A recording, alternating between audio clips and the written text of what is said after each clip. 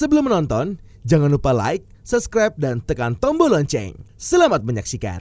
Ketua Umum Asosiasi Mainan Indonesia, Suciadi Lukas, menyebut baik dibatasinya barang-barang bawaan dari luar negeri yang diatur oleh Bea Cukai. Aturan tersebut merupakan implementasi dari Peraturan Menteri Perdagangan Nomor 36 Tahun 2023 tentang kebijakan dan pengaturan impor. Lukas mengatakan pembatasan ini dapat mencegah terjadinya penjualan produk mainan ilegal secara masif.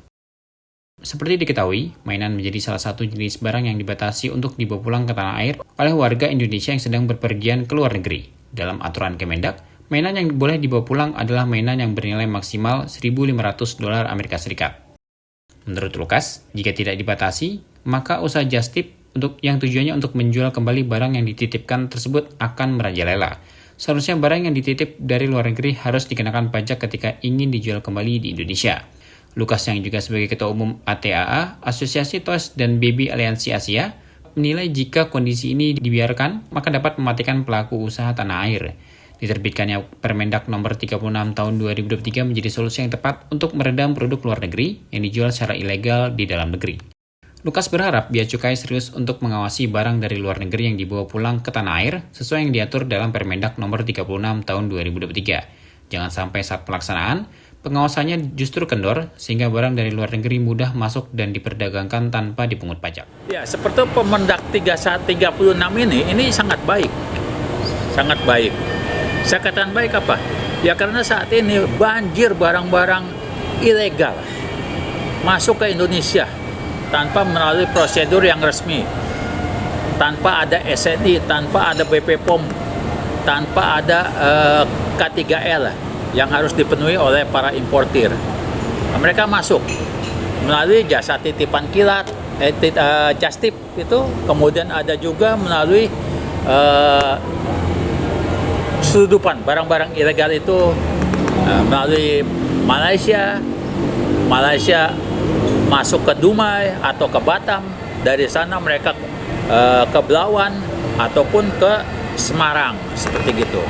Nah inilah yang menjadi pokok permasalahan sehingga mematikan para pengusaha yang resmi, malah mati yang importir ilegal ini malah menjamur.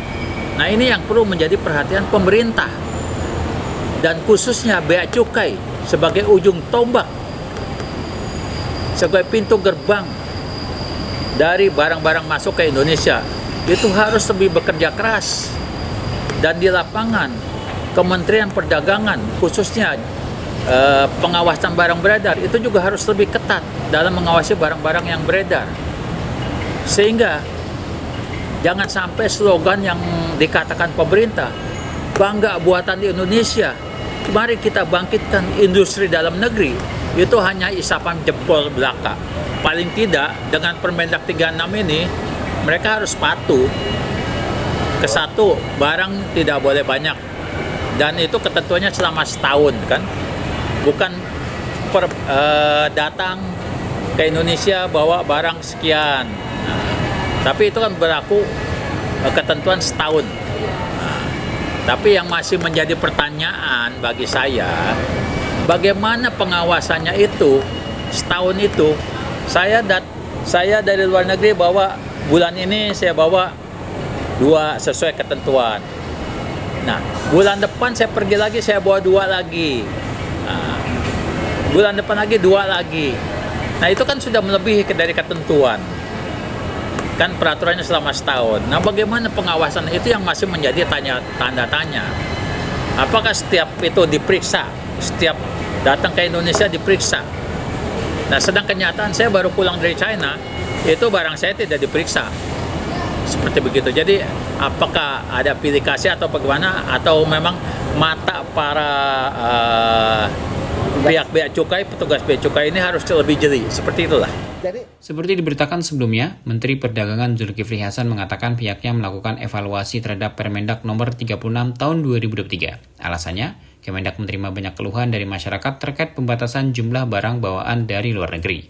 Zulhas mengatakan, aturan pembatasan jumlah barang bawaan tersebut diterapkan bila penumpang membawa barang-barang untuk dijual kembali di tanah air. Tim Eljon Media melaporkan.